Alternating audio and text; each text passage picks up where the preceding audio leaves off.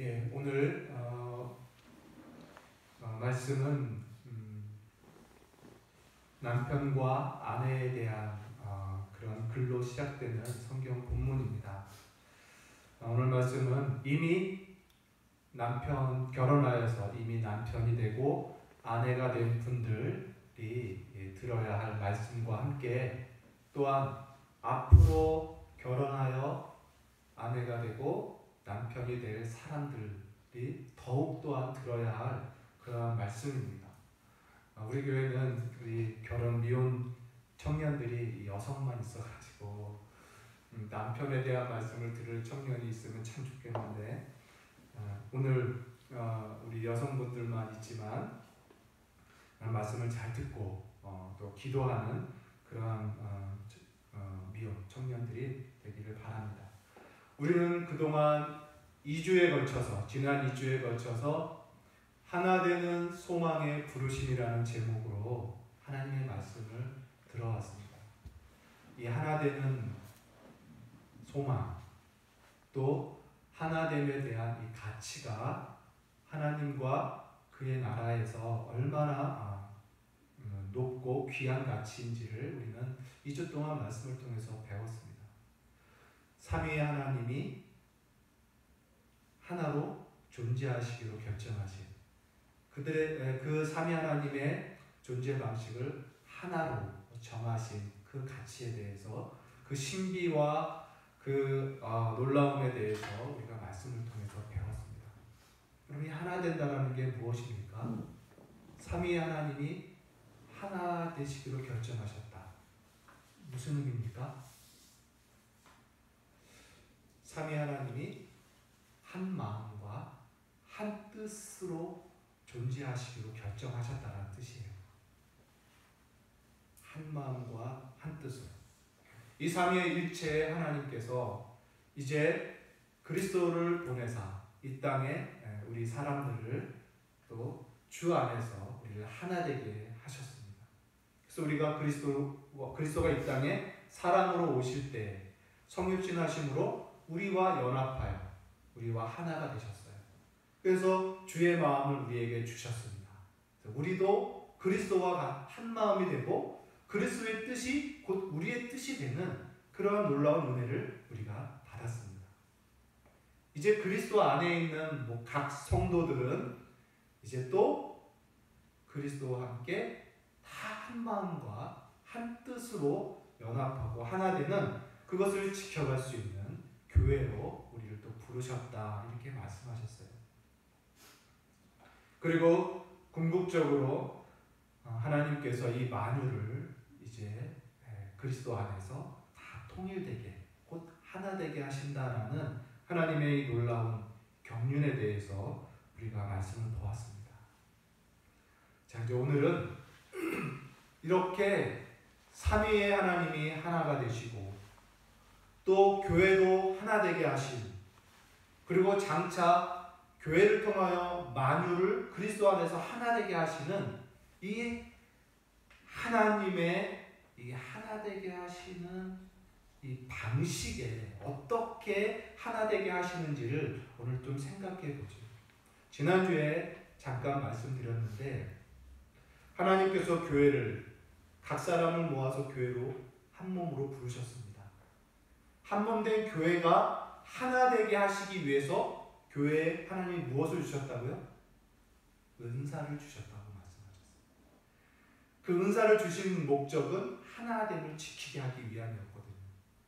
근데 그 은사가 무엇이었습니까? 바로 권위라고 말씀하셨습니다. 권위. 하나님은 교회에 하나님의 권위를 주셔서 그 권위를 통하여 교회의 하나됨을 지켜가게 하셨다는 거예요. 근데 그 권위는 어떤 권위였습니까? 그 은사는 어떤 은사였습니까? 전부 다 하나님의 말씀을 맡은 은사였습니다.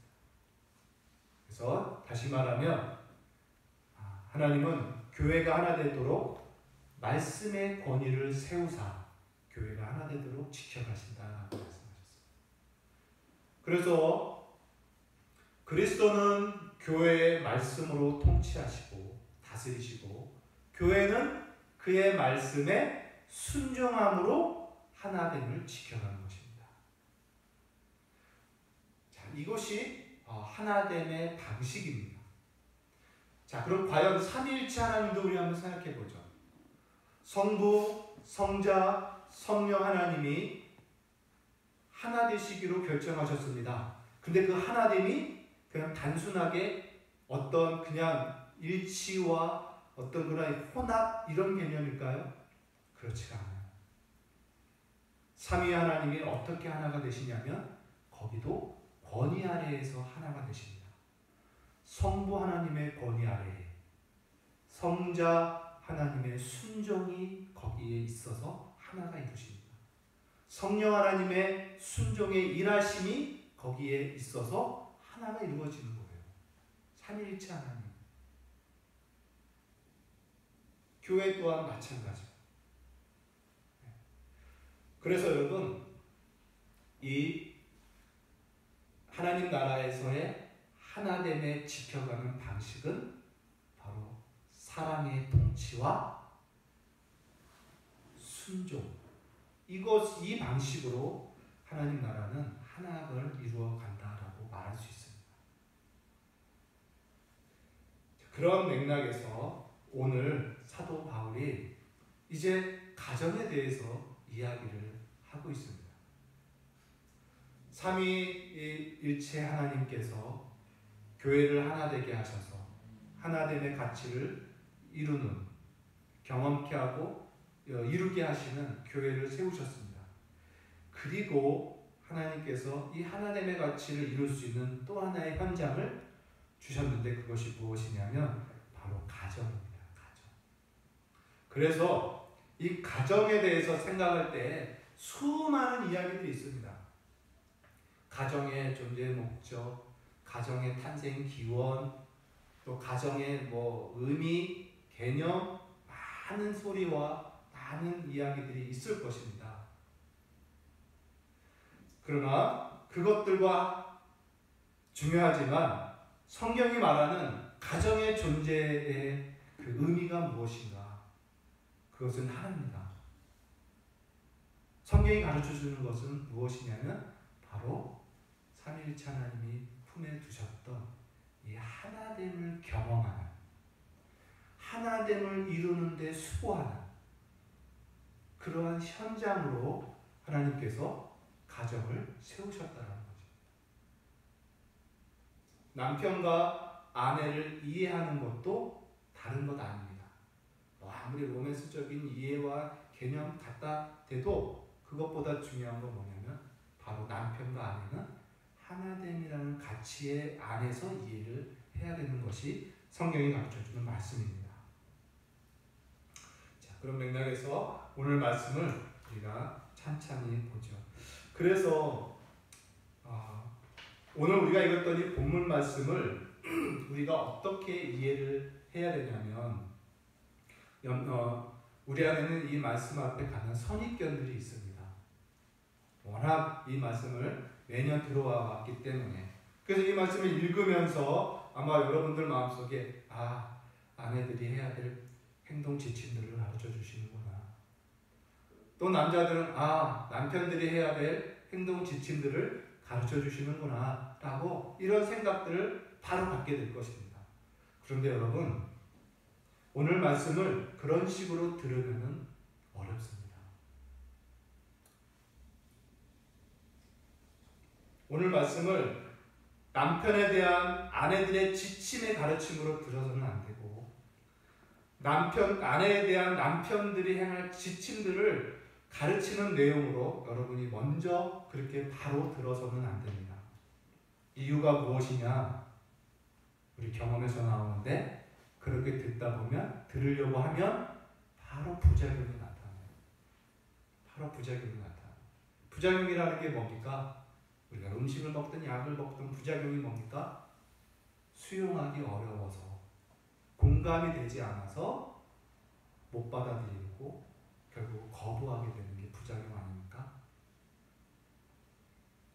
이 말씀을 그렇게 남편과 아내들의 행동 지침사항에 열거된 말씀으로 받아들이려고 한다면 우리는 다른 부작용을 단번에 겪게 돼요.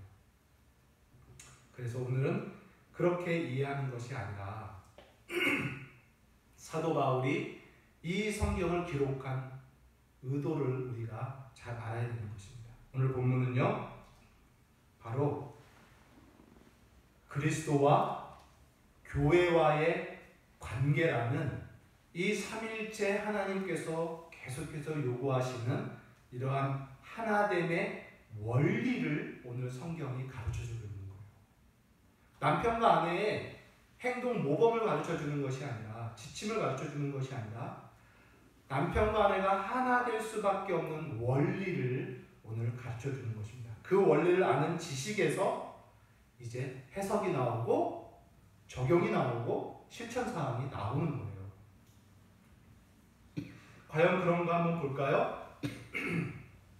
오늘 우리가 읽었던 말씀 중에 22절 보니까 아내들이여 자기 남편에게 복종하기를 뭐라고요? 죽게 하듯 하라, 이렇게 말합니다. 죽게 하듯 하라. 그리고 또 이렇게 말합니다. 그리스도께서 교회의 머리가 되신 같이 남편도 아내의 너희의 머리임이라, 이렇게 가르쳐요.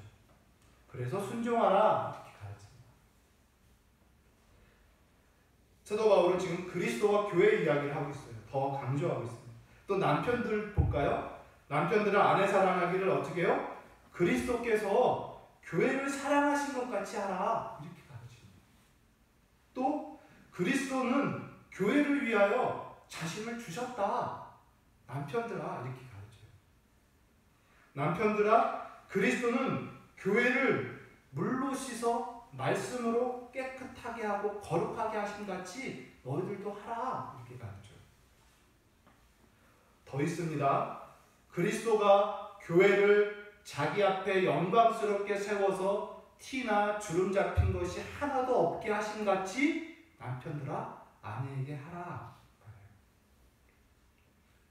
또 그리스도께서 교회를 양육하고 보호하신 같이 너희들도 그렇게 하라, 이렇게 말씀해요. 오늘 본문에서 사도 바울이 말하고 싶은 것은 무엇이냐면 아내들이여, 남편들이여 라고 말을 시작하지만 바울의 마음속엔 그리스도와 교회가 어떤 관계인지를 말하고 싶은 겁니다. 그래서 그리스도가, 예수님이 교회를 위하여 어떻게 하시는지를 생각하라. 또 교회가 그리스도에게 어떻게 복종하는지를 생각하라. 이것을 강조하고 있는 것입니다. 여러분, 이것을 놓치면 오늘 본문을 아무리 많이 읽고 아내의 지침, 남편의 지침을 아무리 외우고 실천하려고 해도요, 하루도 못 갑니다. 힘이 없다는 거예요. 그 지침들을 실천할 힘이 나오질 않는다는 것입니다. 그러나 남편과 아내가 바로 이 교회와 그리스도와의 이 관계에 대한 충분한 이해와 지식을 갖고 있으면 이 행동 지침들을 이제 실천할 수 있는 힘과 능력이 나온다라고 우리는 확신하는 것입니다. 자, 이제 오늘 말씀을 우리가 더 자세히 보겠습니다. 우리가 21절부터 읽었죠? 말씀을 21절에 그리스도를 경외함으로 피차 복종하라, 이렇게 시작합니다. 이 한 절의 말씀이 사실은 22절 이하에 오늘 마지막 절 33절까지 사실 관통하고 있는 어떤 상위 명령이 되는 거예요. 아내와 남편들이 사랑하고 순종할 수 있는 그 실천 사항을 가능케 한 상위 명령이 바로 뭐냐? 그리스도를 경외함으로 피차 복종하라라는 이 말씀 속에 다 들어있다는 것입니다. 한번 여쭤볼게요. 여러분, 이 사항은 매우 중요한 것인데 여러분 그리스도를 경외하십니까? 남녀노소 다 질문하는 거예요. 여러분 그리스도를 경외하십니까? 그리스도를 사랑하고 그를 높이며 그에게 순복하고자 하는 그런 진실한 마음이 저와 여러분의 마음에 가득하십니까? 그러면 그 마음으로 살아가는 것입니다. 그 마음으로 이 말씀을 대하는 것입니다. 아내들이여, 그리스도를 진실로 경외하고 순복하고자 하는 마음이 있으십니까? 그러면 그 마음으로 남편에게 순종하라라는 그리스도의 명령을 순종하는 것입니다. 그리스도의 명령에 순종하는 거예요. 남편들아, 그리스도를 경외하고 그리스도에게 복종하고자 하는 마음이 있습니까? 그러면 그 복종하고 경외하는 마음을 가지고 아내를 사랑하라 라는 그리스도의 명령에 순종하는 거예요. 피차 복종하는 거죠.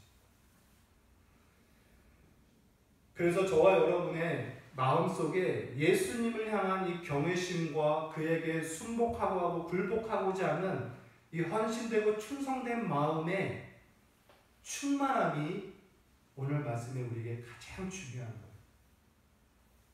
저와 여러분 마음 가운데 그리스도를 경외하는 이 신념이 정말 충만하기를 원합니다. 이것이 저와 여러분의 전부가 되기를 바라고, 그것이 이루어졌을 때 이 어렵고 이 난감스럽게 느껴지는 이 말씀이 넉넉하게 실천이 될 수 있는 거예요. 자, 이제 다시 한번 여쭤보죠. 여러분, 오늘 아내들에게 말씀합니다. 자기 남편을 복종하기를 주께 하듯 하라. 하실 수 있겠습니까?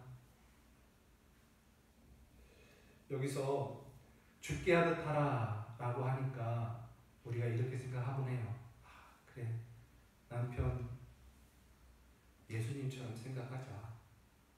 남편을 예수님처럼 생각하고 예수님처럼 섬겨야겠다 라고 이렇게 생각을 하곤 합니다.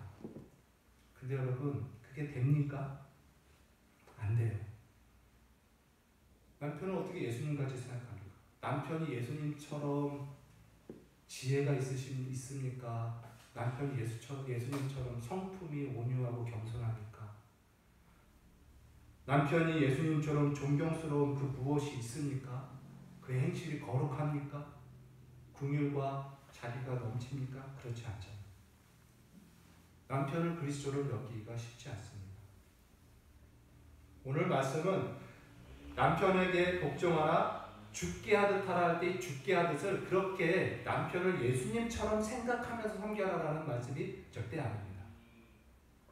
아까 말한 대로 남편은 존경하기가 어려워요. 그러나 나는 예수님은 존경합니다. 예수님은 경외합니다.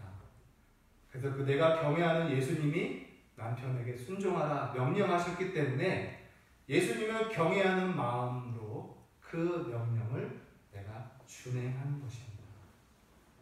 그런 의미가 있는 거예요. 그리스도를 경외함으로 그의 명령에 복종하듯 남편에게 복종하라는 그의 명령을 순종하는 것입니다. 여러분, 남편을 육신적으로 봐도 아무리 육신적으로 존경할 수 없고 그에게 존경할 만한 성숙함이 보여지지 않는 것입니다. 그러나 주께 하듯 죄를 경외함으로, 예수님을 경외함으로 순종할 수 있다는 것. 사도 바울은 이제 이 육신적인 모양으로는 순종할 수 없는 남편에 대해서 또 순종할 수밖에 없는, 또 순종해야 되는 그 원리를, 경외심 외에 다른 원리를 또 하나 제시하고 있습니다. 영적인 원리인데 그것이 무엇이냐? 바로 그리스도가 교회의 머리됨 같이 남편이 아내의 머리가 된다는 원리를 사도 바울이 이야기를 합니다. 이 원리에 대한 증거로 두 가지를 설명하는데, 하나가 뭐냐면 창조 질서를 말합니다. 하나님께서 사람을 태초에 만드실 때 남자를 먼저 만드십니다. 흙으로 남자를 만드십니다. 그 다음 여자를 만드실 때 흙으로 여자를 만드시지 않고 먼저 만든 남자의 갈비뼈를 취하여 여자를 만듭니다. 그래서 여자의 근본은 어디입니까? 남자입니다. 여자는 남자에게서 나오는 거예요. 사도 바울은 그 원리를 이야기하고 있는 거죠.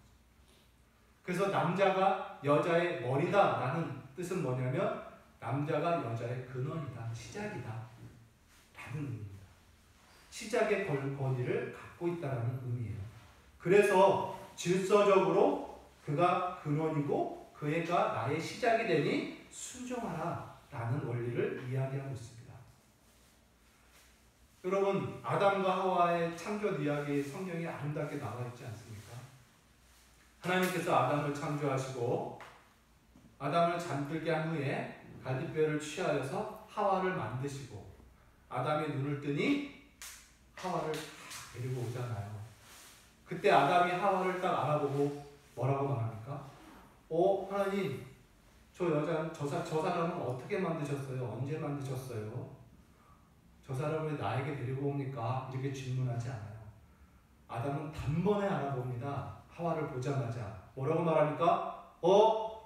내 살 중에 살, 내 뼈 중에 뼈로다 이렇게 말해요. 곧 하와가 걸어오는데 저 여자는 나네, 나와 똑같은, 또 나에게서 나온 나네, 제2의 나네, 이런 표현인 거예요. 하와를 보면서 자신과 같이 똑같은, 또는 자기에게서 나온 그 사람을 보면서 저는 제2의 나와 같다라고 하는 찬사와 감격의 소리를 외치는 거예요. 그 기쁨을 외치는 겁니다. 다시 말하면 저 여자는 나와 하나다, 나와 같은 하나다라는 외침이죠. 그런 찬사인 것입니다. 이것이 창조 질서예요. 두 번째로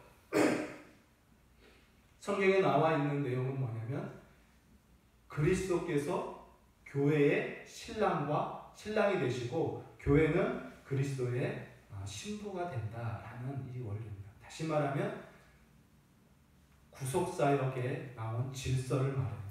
하나님께서 세상을 창조할 때 창조 질서와 세상을 구원한 구속사역에서 나타나는 구원의 질서를 이야기하고 있습니다. 진실로 교회는 예수님의 살과 피로 말미암아 출생한 교회입니다. 그래서 예수님이 교회의 머리가 맞습니다. 교회는 예수님의 몸이 맞는 것이죠. 그래서 이처럼 그리스도가 교회의 머리고 교회는 그리스도의 몸인 것처럼 남편과 아내의 관계가 이와 같다. 그러니 아내들이여, 교회가 그리스도께 순종한 것처럼 너희도 순종하라. 이렇게 권위의 질서를 이야기하고 있는 것입니다. 여기서 순종해야 할 이유가 다 나와 있는 거죠. 자, 그러면 교회가 그리스도께 무엇에 복종하는지를 한번 생각해 봅시다. 무엇에 복종하는지. 교회가 그리스도께 무엇에 복종하는지를 배워야 아내들도 남편에게 무엇에 복종해야 되는지를 알 수 있잖아요. 무엇에 복종합니까? 그리스도의 말씀입니다. 말씀. 교회는요, 다른 것에 복종하지 않아요. 그리스도의 말씀, 성경 말씀, 하나님의 말씀에 복종합니다. 왜요? 말씀은 진리이기 때문에. 그래서 교회는 그리스도의 말씀의 권위 아래에 있고 말씀에 복종하는 그러한 영적 생리를 갖고 있는 거예요. 그러면 아내들은 남편에 무엇을 복종해야 될까요? 남편에. 아내들도 남편에게 복종할 때 바로 진리 안에서 복종해야 돼요. 이 원리를 따라가는 것입니다. 여러분, 교회가 하나님의 진리가 아닌 것을 순종해서는 안 됩니다. 교회가 하나님의 말씀 외의 것을 순종하면 큰일 납니다. 그럼 가는과 같은 거예요. 마찬가지로 아내들도 남편에 순종할 때 진리 안에서 순종하고 진리 안에서 진리를 따라 복종해야 된다는 것입니다. 그럼 진리 안에서 또는 진리를 따라 순종한다는 게 과연 어떤 것일까? 예를 한번 들어보죠.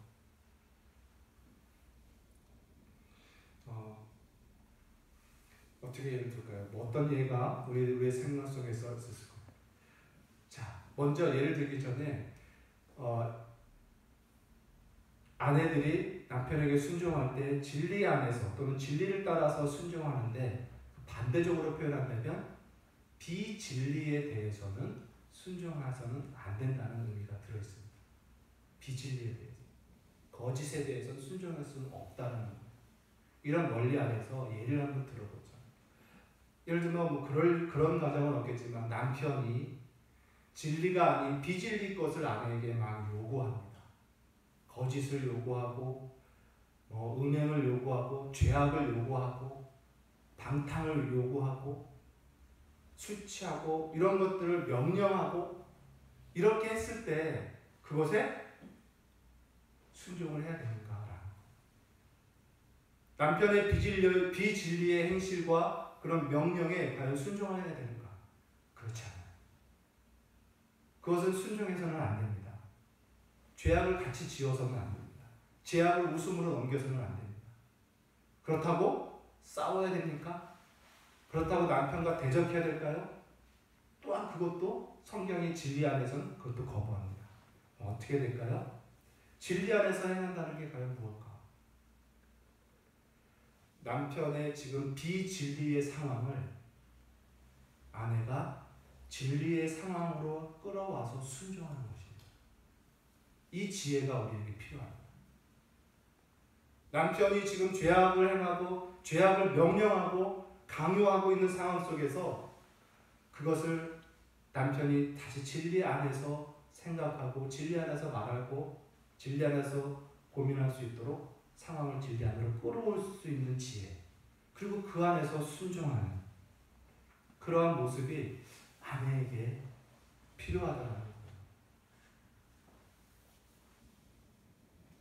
그래서 아내에게 절실하게 요구되는 건 뭐냐면 바로 하나님의 진리에 대한 풍성한 지식입니다.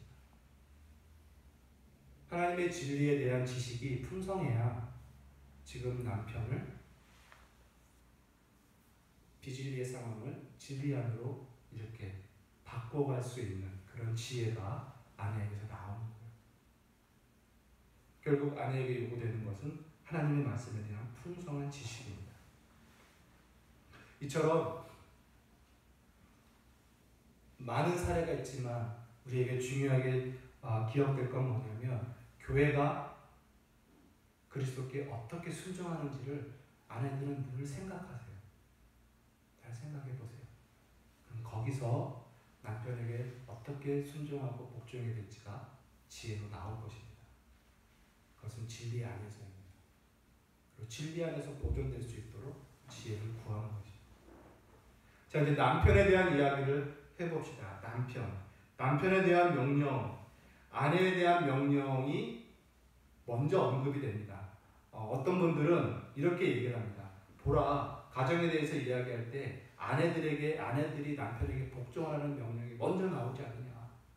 그러니까 아내들이요, 남편이 아내를 사랑하는 것을 요구하기 전에 먼저 여러분들이 먼저 남편에게 복종을 해라.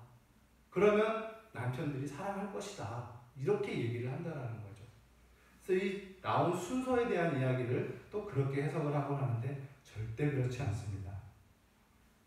만약에 그런 식으로 해석한다면 이 논리는 어떻게 반박할지 모릅니다. 뭐냐면 아내들에 대한 명령보다 남편에 대한 명령은 3배나 많습니다. 구절이 3배나 많아요. 그렇기 때문에 아까 말한 식으로 그렇게 말하거나 그렇게 강요해서는 안 되는 거죠. 자, 남편들에 대한 이야기를 보겠습니다. 남편들아, 아내 사랑하기를 그리스도가 교회를 사랑하듯 하라. 이렇게 말해요. 남편들이요, 여러분이 24시간 생활하면서 그리스도가 교회를 어떻게 사랑하시는지를 곰곰이 이렇게 묵상하는 것이 매우 중요합니다. 오늘 성경은 몇 가지를 가르쳐줍니다. 머리 되시는 그리스도께서 교회를 어떻게 사랑하시는지. 첫 번째, 23절에 보니까 그리스도는 교회를 위하여 자기를 내어주셨다. 이렇게 말해요. 25절이죠. 25절. 자신을 주셨다. 또 그리스도는 교회를 물로 씻어 말씀으로 깨끗하고 거룩하게 하셨다라고 말해요. 그리고 그리스도는 교회를 자기 앞에 딱 세워서 조금도 티도 주름 잡힌 것도 없이 아름답게 교회를 만들어 가신다. 그리고 그 교회를 건강하게 양육하고 보호하신답니다. 여러분, 머리의 역할이 무엇이냐면 머리라는 권위를 주장하고 광포로 억압하는 것이 아니라 참된 머리의 권위는 바로 사랑입니다. 사랑에서 나옵니다. 자기 몸을 미워하는 머리는 그 자체가 머리 자격이 없는 것이죠. 그래서 머리됨을 주장하는 것이 아니라 몸을 사랑하는 그런 머리가 되어야 합니다. 그래서 남편들아 아내 사랑하기를 그리스도가 교회를 위해 자신을 내어준 것 같이 하라는 거예요. 예수님께서 교회를 위해 자신을 내어주는 것이 어떤 거였습니까? 교회를 위해 예수님께 내어주신 것? 교회의 죄악, 우리들의 죄악, 우리들의 연약함을 예수님께서 담당하신 것. 이게 자기를 내어주셨다. 남편들이요, 아내의 연약함, 아내의 죄악, 심지어는 허물까지도 긍휼히 여겨서 남편이 다 감당해야 되는 것. 이것이 그리스도가 교회를 위하여 자신을 주셨다라고 하는 말씀 속에 나와 있는 것입니다. 대신한다라는 거예요. 대신. 아내의 모든 연약과 허물과 죄악에 대한 모든 것들을 대신 감당하는 것. 그래서 아내의 연약함과 아내의 실수를 보고 비난하고 조롱하기보다는 그 영혼을 나중에 내가 계수하는 자처럼 내가 그 영혼을 끌어안고 회개하고 내가 그 영혼의 잘됨을 위하여 간구하고 이러면서 나아가는 거예요. 예수님이 교회의 연약과 죄악을 어떻게 감당하셨는지를 생각하면 남편의 모습이 나옵니다. 아내의 영혼을 위해서 계속해서 계수할 자처럼 대신 계수할 자처럼 그 영혼을 위해서 끌어안고 기도하며 사랑하는 그것이 모습이 나옵니다. 두 번째는 또 물로 씻어 말씀으로 그를 깨끗하게 하고 거룩하고 흠이 없게 하셨다라고 예수님께서 말씀해요. 이 말씀은 뭡니까? 물론 말씀으로 교회의 중생에 대한 이야기를 하는 것이긴 하지만 결국 교회가 거룩하고 깨끗하게 되는 방법은 뭐예요? 말씀이에요. 그리스도가 교회에 끊임없이 말씀을 주심으로 교회는 거룩해져 가고 말씀을 끊임없이 진리를 공급하심으로 교회가 깨끗하게 되어가고 있는 거예요. 남편들이요, 그리스도가 그렇게 하시는 것처럼 아내에게 그렇게 하라는 거예요. 뭡니까? 남편들이 아내에게 진리를 많이 공급해줘야 돼요. 하나님의 거룩하고 진실하고 은혜로운 말씀들을 많이 공급해줘야 됩니다. 아내의 영혼이 거기서 아름답고 거룩해져 가는 거예요. 아내에게 비난의 말이나 조롱의 말이나 비웃음의 말들을 해보십시오. 그 영혼이 아름다워지는지. 그렇지 않을 겁니다. 우리가 남편들은 하나님 예수님처럼 진리의 말씀을 많이 아내들에게 공급함으로써 아내들의 영혼이 깨끗하고 거룩하고 아름답게 세워진다는 거예요. 또 그 다음 구절은 조금 더 이렇게 표현합니다. 27절이죠. 그리스도가 교회를 자기 앞에 영광스러운 교회로 딱 세운 데 앞에 이렇게 세워놓은 데입니다. 그리고서 어떻게 합니까? 티나 주름 잡힌 것이나 이런 것이 하나도 없이 흠없게 하고 계신다. 물론 이건 장차 그리스도의 마지막 날에 교회들이 아름답게 변화될 것을 이야기하고 있긴 합니다. 그러나 이 말씀처럼 그리스도는 교회를 이렇게까지 책임지고 계시는 거예요. 마찬가지로 남편들은 아내가 아주 영광스럽고 아름답게 주름 잡힌 것도 없고 티도 없게끔 아름답게 보존하는 것처럼 남편들이 아내를 그렇게 보존해야 된다는 거예요. 그래서 여러분 좋은 화장품도 사주고 육체도 아름답게 이렇게 티도 없고 주름 잡힌 것 없는 것처럼 없게 해줘야 되잖아요. 좋은 화장품, 좋은 것 먹이고 그의 몸을 잘 보존하는 것도 필요합니다. 그러면서 하나님의 진리를 공급함으로써 그 영혼도 주름 잡힌 것이 없고 티가 없게끔 만들어가는 것. 이것이 그리스도가 지금 교회를 어떻게 사랑하는지를 생각하면 남편들도 어떻게 해야 될지를 알 수 있는 것입니다. 마지막으로 오늘 얘기해 주는 것이 뭐냐, 또 하나가 있는데 그게 뭐냐면 지금도 그리스도는 교회를 양육하고 보호하신다는 말씀이 있습니다. 지금도 교회를 양육하고 보호하십니다. 그러면서 뭐라고 말씀하냐면 자기 육체를 미워하지 않고 오직 양육하고 보호하기를 이렇게 말합니다. 남편들아 아내 사랑하기를 자기 몸 사랑하듯이 사랑하라. 자기 자신 사랑하듯이 사랑하라. 자기 아내를 사랑하지 않는 자는 자기를 사랑하지 않는 꼴이 되고 자기 아내를 사랑하는 자는 자기를 사랑하는 자가 되는 것이다. 이렇게 얘기를 하고 계셔요. 왜냐? 아내는 너의 몸이기 때문이다. 이렇게 말씀하죠. 아내의 몸, 남편이 자신의 육체의 건강과 육체의 안위를 고민하고 거기에 민감한 것처럼 아내의 몸도 책임지고 그 영혼을 건강하게 양육하고 보호하고 지키는 그러한 모습이 또한 남편에게 요구되는 거예요. 여러분 오늘 말씀을 보면 아내에 대한 요구보다 남편에 대한 요구가 훨씬 많은 것을 우리는 성경을 통해서 보게 됩니다. 사랑하는 성도 여러분, 말씀을 믿겠습니다. 죄의 현상이 뭐냐? 죄의 현상에서 나타난 것이 뭐냐? 성경에 보면 남편은 너를 다스리고 아내인 너는 남편을 사모할 것이다. 이렇게 기록되어 있습니다. 창세기에. 여기서 말한 남편을 다스린다는 건 남편의 힘과 어떤 권위로 다스린다는 거예요. 폭력과 포악으로 다스릴 수 있다라는 것을 말하고 있습니다. 이게 죄의 현상입니다. 아내들은 남편을 사모한다라고 하는데 이 사모한다라는 게 뭐냐면 사랑한다라는 뜻이 아니라 원어적으로 잘 풀어보면은 남편을 소유하려고 한다라는 의미가 있어요. 남편을 자기 손아귀에 쥐려고 한다는 뜻이에요. 이게 죄된 현상입니다. 마귀에게 죄를 짓고 난 남편과 아내의 모습. 남편은 자신이 가진 힘으로 아내를 포갑하려고 하고 아내들은 힘이 없는 대신 남편을 손아귀에 쥐려고 하는 이러한 싸움이 끊임없이 나타난다. 한마디로 불행이에요. 불행. 그러나 그리스도 예수 안에서 회복된 그리스도인과 가정은 어떠냐?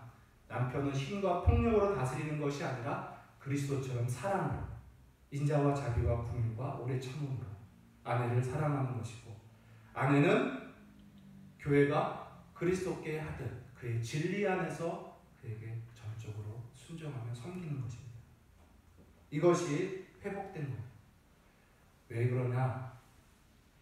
바로 하나님께서 우리에게 명령하신 최고의 가치 남편과 아내의 하나됨을 온전히 이루기 위한 방법으로 이것이 제시되어 있다는 거예요. 여러분 서두에서 말씀드렸지만 하나되는 원리는 사랑과 복종입니다. 사랑과 복종. 삼위일체 하나님 안에서도 이것이 원리며 그리스도와 교회 안에서도 이것이 원리며 가정 안에서도 사랑과 복종이 하나됨을 이루는 원리로 성경이 가르쳐주고 있다는 것을 여러분 기억하시기를 바랍니다. 오늘 31절 말씀을 보겠습니다. 그러므로 사람이 부모를 떠나 그의 아내와 합하여 그 둘이 한 육체가 될지니. 마치 아내와 남편을 이야기하는 것 같으나 32절은 뭐라고 말하니까 이 비밀이 크도다. 나는 그리스도와 교회에 대하여 말하노라. 지금 사도 바울은 아내의 도덕과 남편의 도덕을 이야기하지만 그의 가슴 속에 교회와 그리스도와의 관계에 대한 이 벅찬 감동으로 충만해져 있다는 겁니다.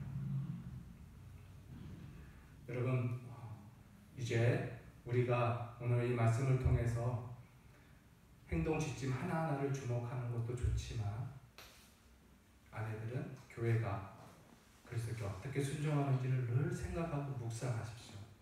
남편인 우리는 예수님의 교회를 어떻게 사랑하는지를 늘 묵상하면서 생각해 보십시오. 어떻게 그의 몸을 양육하고 보호하는지, 그 영혼을 위해서 어떻게 진리를 끊임없이 공급하는지, 그 육체를 어떻게 사랑하는지, 그의 언약을 어떻게 감당하는지, 이런 것들을 생각할 때 우리의 가정 안에서 각각의 위치와 그런 삶의 지혜가 또 순종 행동 내용들이 나을 것으로 저는 믿습니다. 오늘 이런 말씀을 통해서 귀한 이 하나됨을 지켜가는 그런 가정이 되기를 주의 이름으로 간절히 소원합니다. 기도하겠습니다. 하나님 아버지, 은혜와 사랑을 감사합니다. 하나님 나라의 이 비밀없고 신비로운 이 하나되는 이 가치와 이 소망을 오늘도 배우면서 참으로 우리가 지켜갈 수 있는 그 지혜의 말씀을 가르쳐 주심을 감사합니다. 하나님, 아내 된 우리와 또 남편 된 우리가 그리스도와 교회의 그 삶 관계를 깊이 묵상함으로 우리가 어떻게 살아갈지를 깨닫게 하여 주시고, 그래서 아름답고 복되고 은혜가 충만한 가정들이 다 될 수 있도록 주여 은혜를 베풀어 주시옵소서. 예수님의 이름으로 감사하며 기도합니다.